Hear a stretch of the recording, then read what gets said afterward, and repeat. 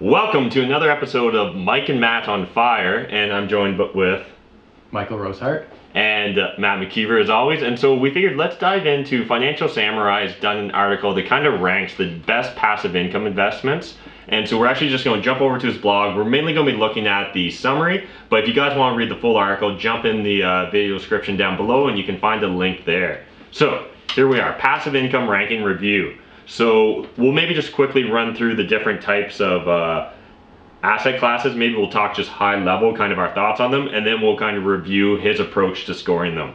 So private equity, real estate, certificates of deposit, fixed income, bonds, person-to-person lending, real estate crowdsourcing, dividend investing, or creating your own products. So the score methodology was 1 to 10, with 10 being the least risky, highest return, most feasible, most liquid, and least amount of activity required. So, all right, so that's kind of interesting. So I think Michael and I will just kind of walk through what we think. So private equity. So it's a risk of 4, a return of 7, a feasibility of 4, a liquidity of 2, an activity of 10, and total score of 27. So I guess what I find interesting here is, like, he obviously hasn't looked at really just kind of browsing the other categories. I don't really see anything mentioning just like owning stocks per se, right? So this is private equity and kind of a private business. And I guess, do you want to just kind of talk through it, Michael? So Sure. risk of 4, so he's saying it's high risk. Or higher risk, say, than a CD, which is a 10, or creating your own product, which is a 10. I wouldn't disagree with that. You know, I understand that with private equity, what we're essentially talking about here, guys, is you own shares or part of a small business, right? Mm-hmm. You're presumably hands-off in the small business, and so I think that's why the risk increases versus, say, creating your own product, which is considered a 10 on the risk scale, which is very low, simply because you have less influence. And a lot of it's going to come down to how much of that company you actually own, right? That's correct. If essentially you don't own 50% or 50.1% of the company, you can't influence all decisions unless you get other owners or other stakeholders to agree with you.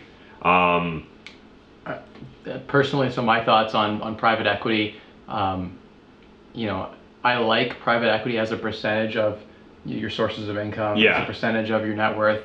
I think having some ownership in private equity type companies is not necessarily a bad thing at all. You did mention the control thing. So a lot of, you know, it's very situational, I think, in the sense that if you own 51% of a private equity company and let's say you were a silent partner, then your risk might be, you know, potentially mitigated because you had, you know, you have control of the company, right? Yeah. In the same sense, depending on the business model that you're in and the industry that you're in, you know, your liquidity risk could be much different, right? And your feasibility risk could be much different. Yeah, and so I think that's the biggest thing to highlight here is that liquidity is it's considered very low liquidity based on Sam's ranking system here for private equity. It's the lowest, and I'd agree with that, right? So the reason that it's so illiquid of an investment is, unlike a publicly traded share, there's no active market for these shares, so your buyer pool is very limited. So usually with private equity, you're mainly going to be looking at either someone that's actively trying to buy into the business or someone that already owns part of the business as your buyer pool. It's really difficult to sell off just a sliver of a business on kind of an open market. As well, if you're actually actively advertising and advocating for it, you could get yourself into all sorts of regulation problems too, particularly if you're trying to show the value in it. And so in particular, private equity, so he's got return of 7. So let's just kind of talk through the different ways that you can get that return through private equity. So it could be through profit sharing, right? Which is the company's making money, it's going to pay out presumably to its shareholders, a dividend. And that's going to be how you're going to get access to that return.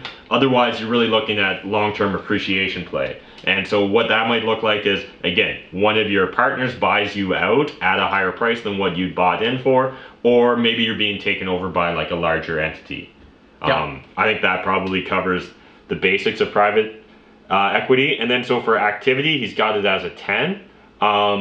And so I think this is very situational, right? So what he's saying here is presumably in this private equity that there's a management team in place and they're doing everything, so you don't have to be hands-on whatsoever. That's definitely one version of private equity, but I don't think it's every type of private equity is going to look like that. Definitely. My perspective is that it depends on the business that you're investing in. It's, a lot of the millionaires, self-made millionaires, and even millionaires today, a majority of them have some ownership in some company doing something, right? So they've partnered with someone or they have a family business that they're investing in. So, private equities are a large, or at least a significant portion of the affluence form of assets, right? So it's definitely a viable, way to protect your return if you can control that investment. It can be extremely hands-off if you have the right people in place to run the company.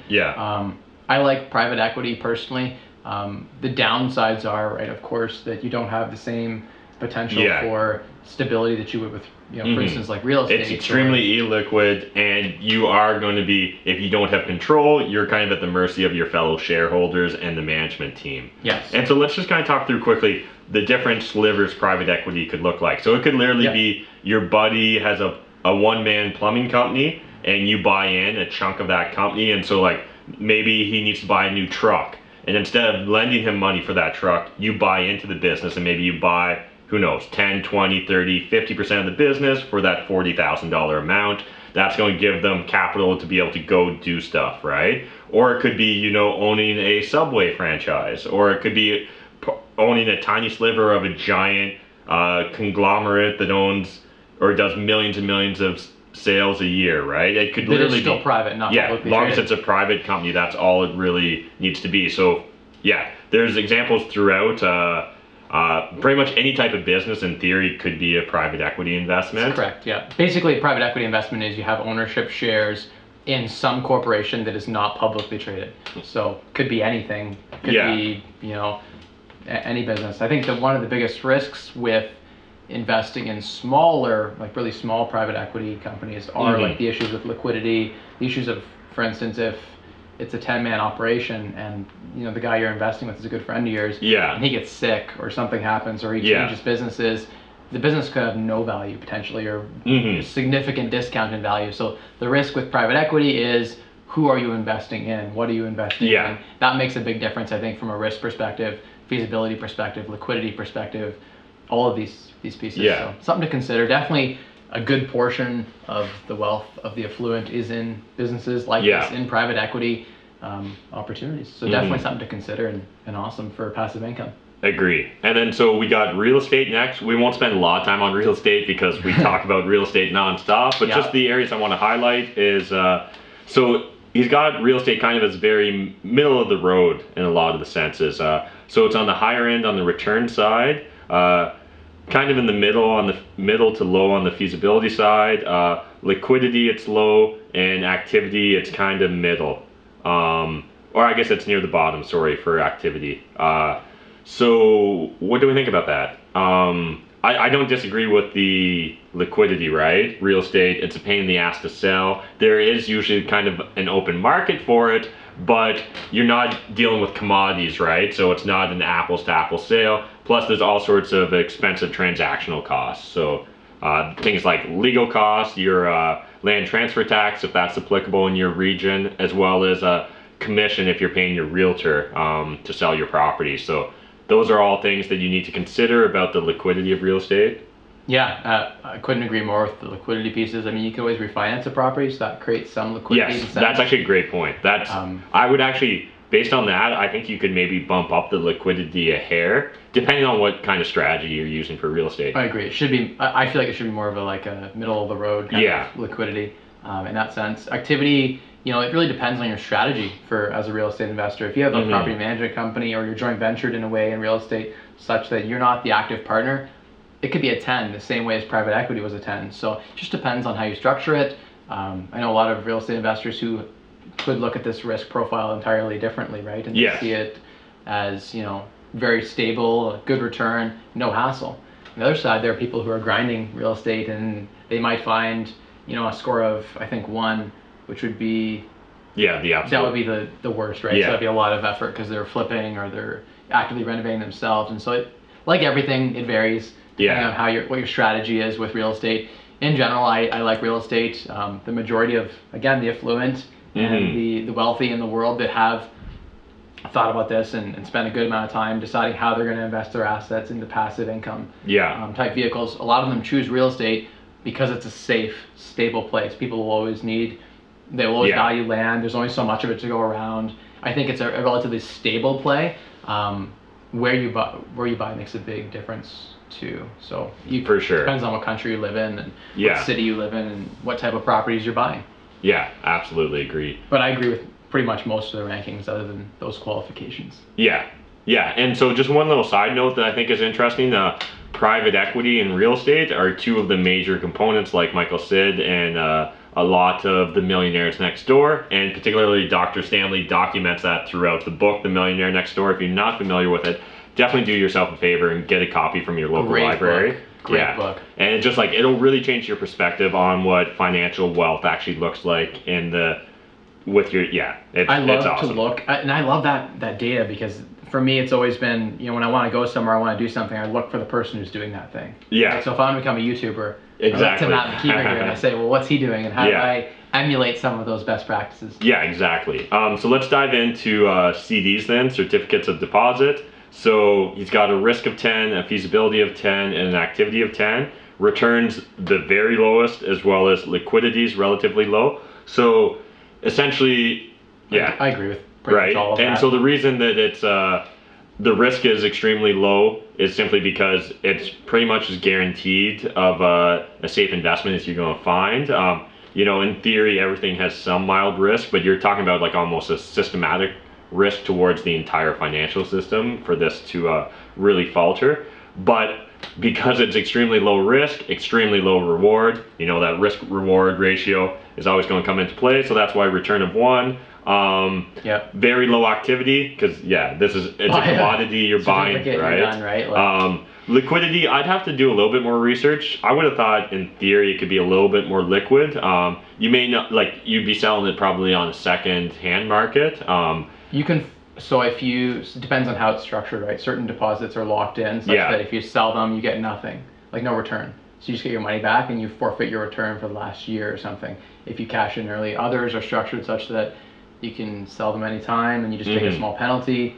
It just depends on the certificate of deposit, right? Yeah, and is there not a second-hand market? There is, you could theoretically sell to someone else, and obviously they're going to want to buy at a discount to what its fair market value is. Precisely, yes. Depending on what the interest rates are trading at, that will affect your price. One qualification that under certificates of deposit, if you're looking at this as a viable way to store your wealth, and that sort of your risk profile matches that investment product, why not just, especially in Canada, why not just throw $100,000 in a high interest savings account at one of the big banks and get 2.5% instead of 1.5%? So get a better return. Wait. The bank has to not only fail, which the bank could fail, but in Canada it's a lot different than in the US because we only have a few major banks, whereas they have thousands of banks that could go under. But we have 5 major banks. Not only that, all of your deposits, if the bank does fail, are backed by the CDIC up to $100,000. So not only does the bank have to fail,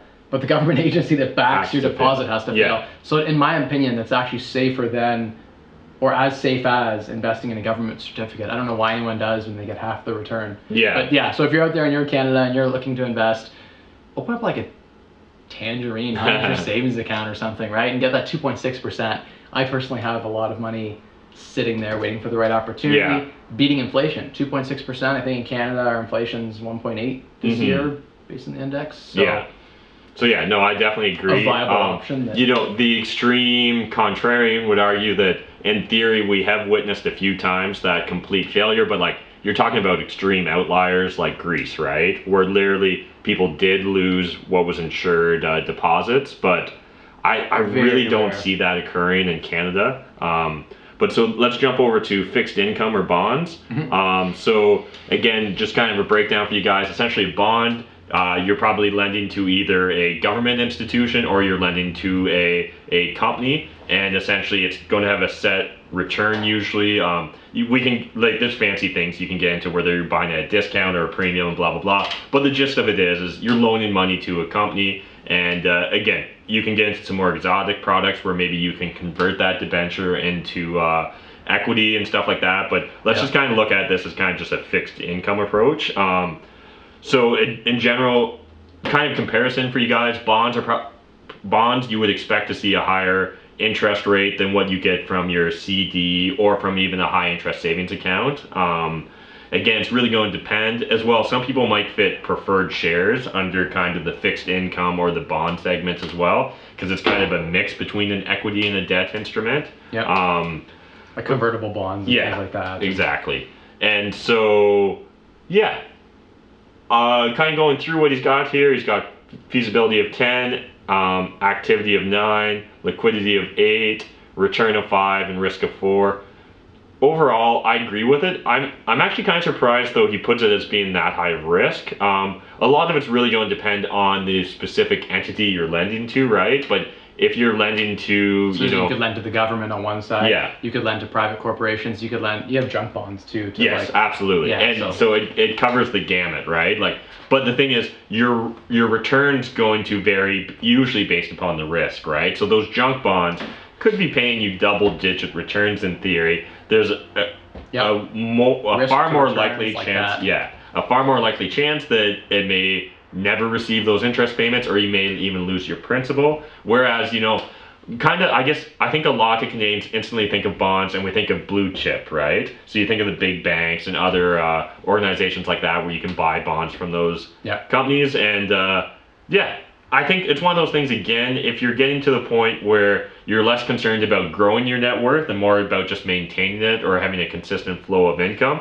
I can definitely understand the draw towards bonds. So here's the thing to qualify, I think, around bonds, because I know a lot of people that follow us are big fans of ETFs, right? Yeah. And if you're buying an ETF bond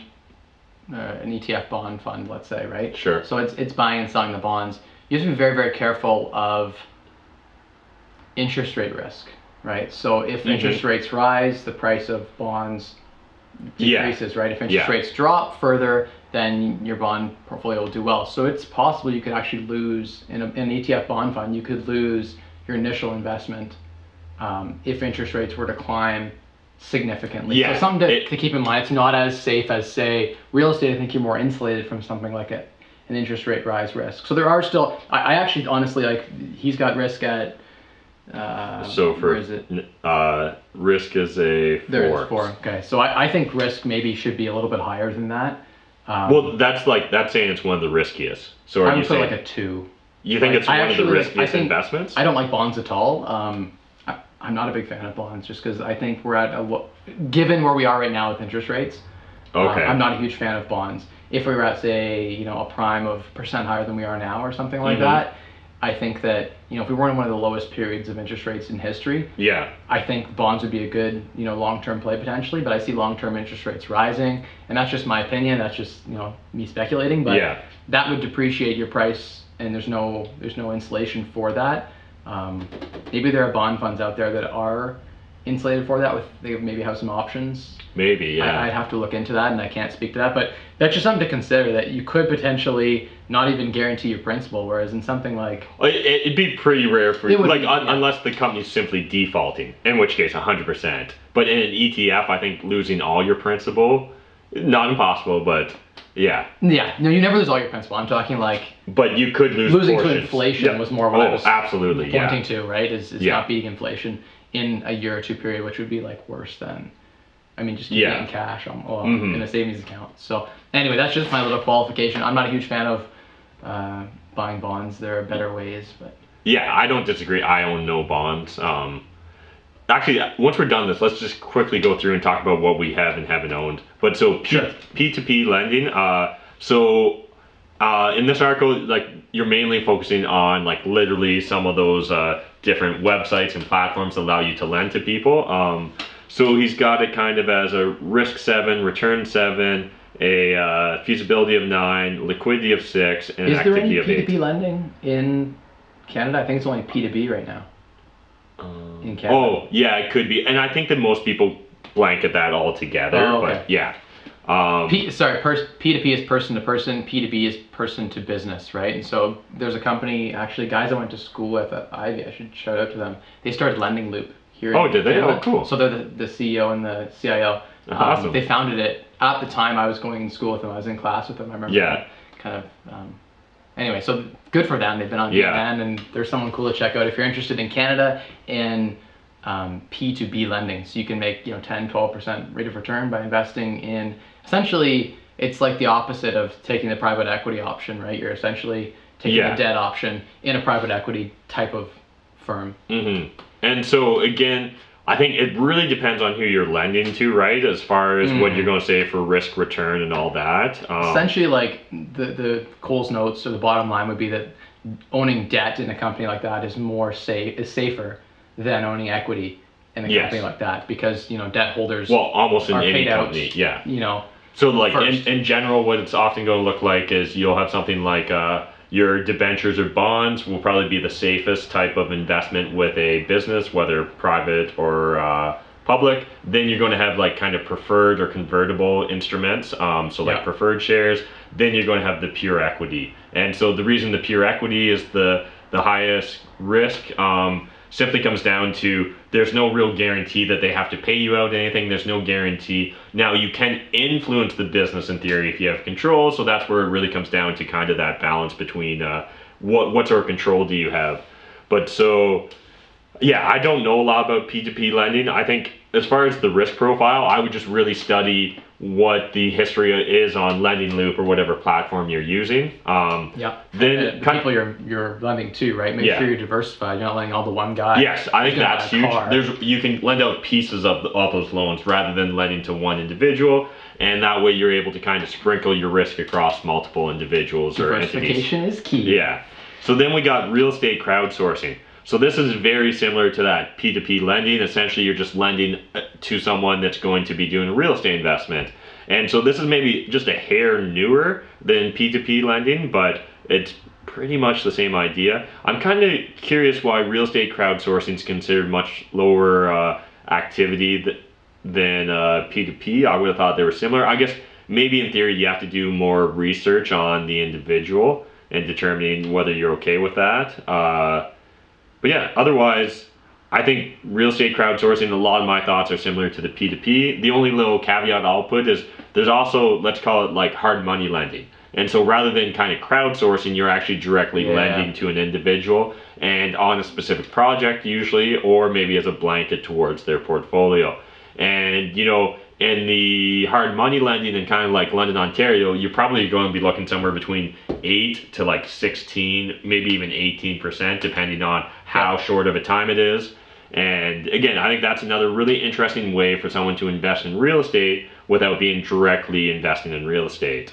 Then we got dividend investing. So dividend investing simply, I think for the purpose of this, he's talking about buying into a publicly traded company, owning shares of that company, and then essentially those shares paying out dividends. And usually dividends, we're talking about, they're usually going to be paid out quarterly or annually, but in theory, distributions can even be paid out monthly.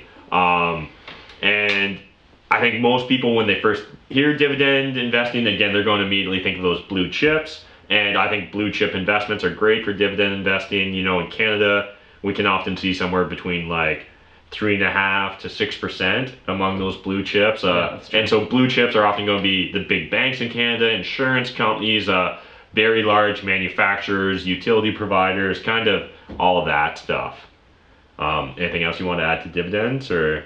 I think you summarized most of it. It just depends on, with all these categories, there are different pieces on the spectrum, right? In different places that you're going to fall, right? You could be investing in small cap, high growth companies that pay dividends, and they might pay 15% dividend. But always just remember that at the end of the day, as a dividend investor, you're an equity holder, not a debt holder. So they don't have any obligation to pay those dividends. Exactly. Whereas they would if it was a debt instrument like a bond, where you were collecting guaranteed interest and you could seize their assets. Exactly. And then kind of using that scale again, so the bond, they're essentially required to pay that out. Preferred shares, usually the way they're structured is they have to be paid out before just the general equity investors can be paid out. So kind of that's the order of if the company has money, where that money's going to go. That's right.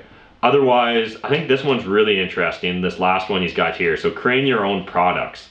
So he's got that as being extremely low risk, extremely high return, decent on the feasibility, high on the liquidity, and kind of mid-range on the activity.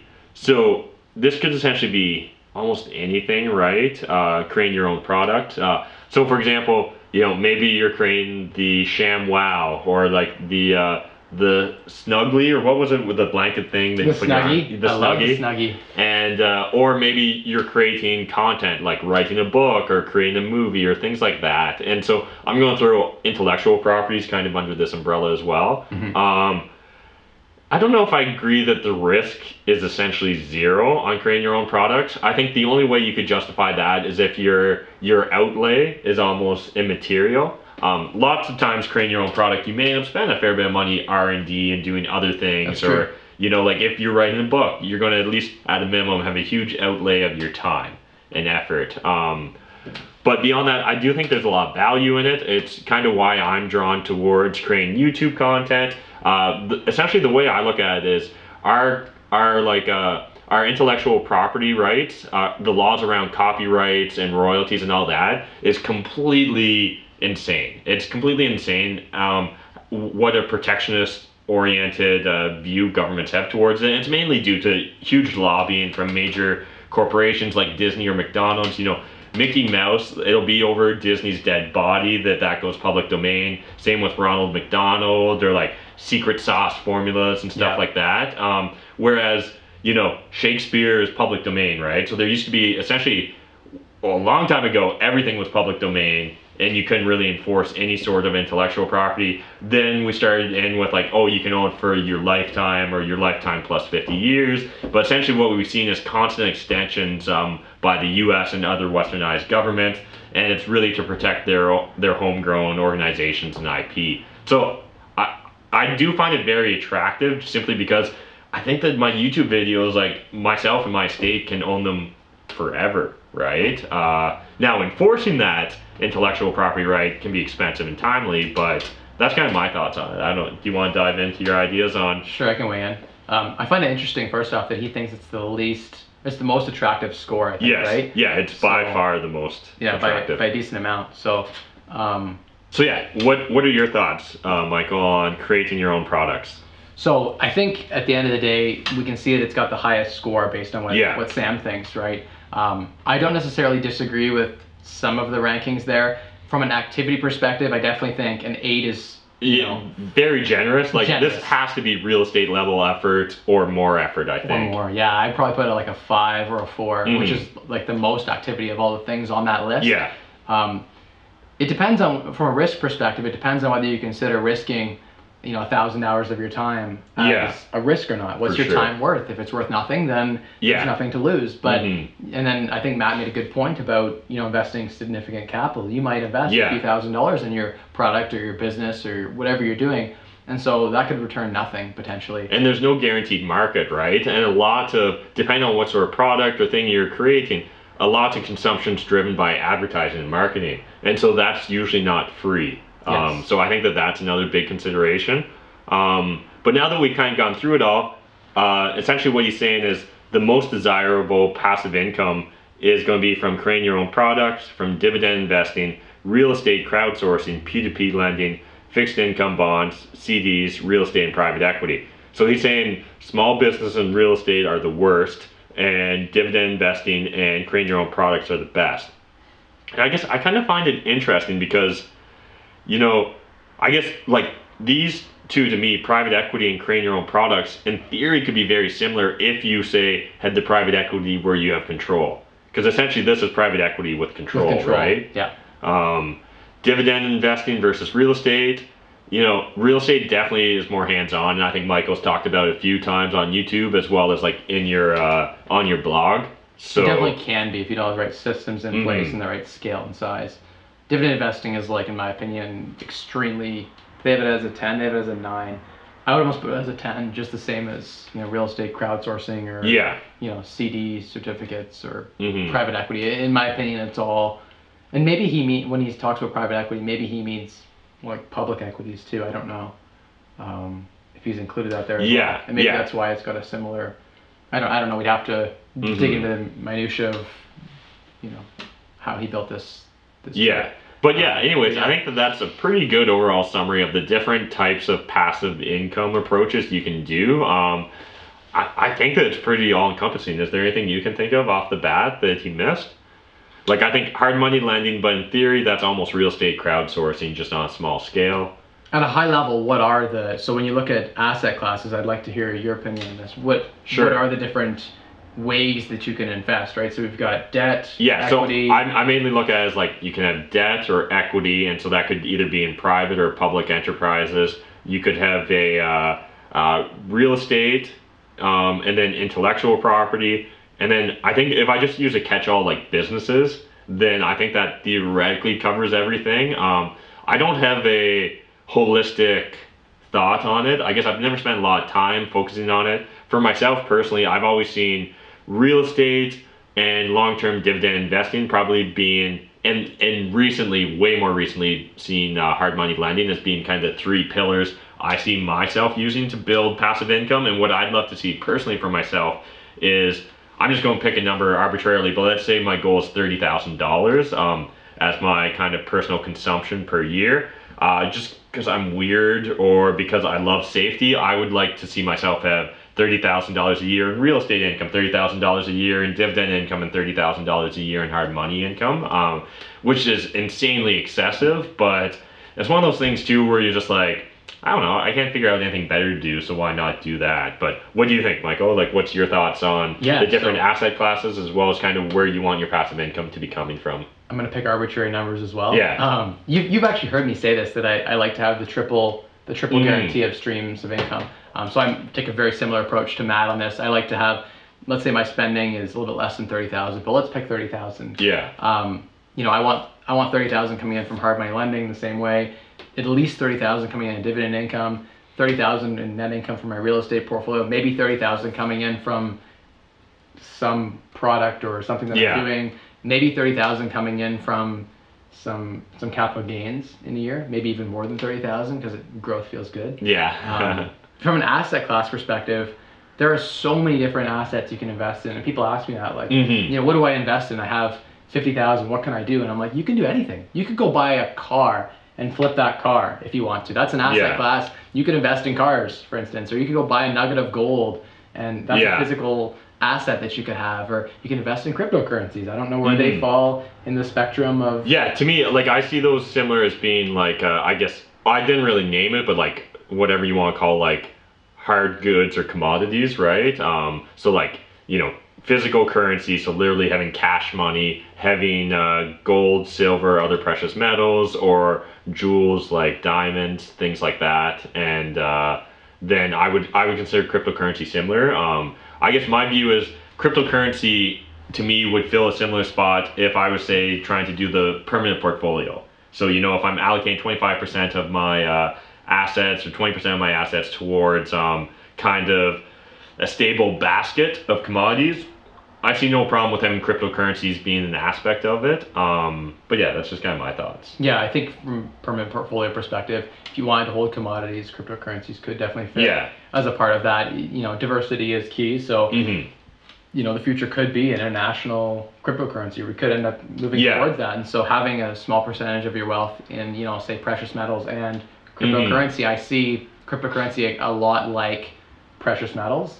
Yes, I'd like to. I don't want to get onto that topic, but I'd like to see people treat it like it was a precious metal. But I think the big takeaway here is the reason Sam doesn't have on his passive income ranking things like physical gold or cryptocurrencies or even just hard physical currencies is because they don't produce income, right? That's right. So like you need to be harvesting from the asset in order to be accessing any source of gains. And so that's constantly depleting that resource, right? So I think that's why we don't see it in Sam's passive income ranking. And so I think that's just important for everyone to realize that if you're an income-oriented investor, things like cryptocurrency, gold, and the likes of that, or even stocks that don't pay a dividend, don't really fit into that concept. Now, some people may argue that ETFs and harvesting and rebalancing, that creates a certain passive income. I guess it really comes down to what your definition of passive income is, but I think traditionally most people wouldn't associate those things as passive income. I agree. There are a lot of categories potentially that are not covered here. Like real estate is one. You could own other assets, and you could own boats, for instance, at the marina that you rent out. Or like cars on Toro. You could take your exotic car and turn it into a good return on investment. And same like again, when we're talking about commodities and things, there's things like fine art and other things like that as well, exactly. Or other collectibles. So yeah, anyways, I think that was a long enough rambling video on passive income for you guys. If you enjoyed this video, smash that like button. If you're new to my channel, hit the subscribe button. Michael currently doesn't have a YouTube channel, but maybe by the time this video comes out, he will. So check out the video description down below. If he's got a YouTube channel at this point, it'll be there. Otherwise, I think that's everything for this video. Appreciate you guys taking the time to watch this video. Until next time, remember, making money is a team sport. There's more than enough money out there for us to all make it, but if you're not saving it, I mean, like, what's the point? Thanks, guys. Well said. Bye. See you guys. Well said. I like that ending slogan. Where's that from?